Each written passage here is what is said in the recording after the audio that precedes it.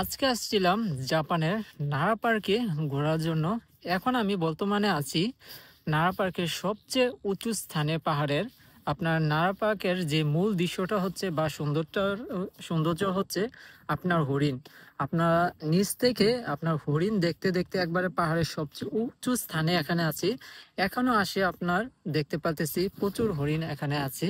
পুরা বলতে গেলে একটা আপনার যে হরিণের রাজ্য বলতে গেলেই যে নারা পার্ক। এখানে দেখুন এখানেও কিন্তু আপনার হরিণ আছে।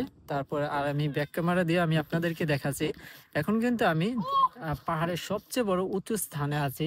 আর এখান থেকে আপনার জাপানটা একটা অন্যরকম পুরো দৃশ্যটা একটা চোখে দেখতে পেলে অন্যরকম একটা সৌন্দর্য চোখের মধ্যে ফুটে ওঠে আর কি।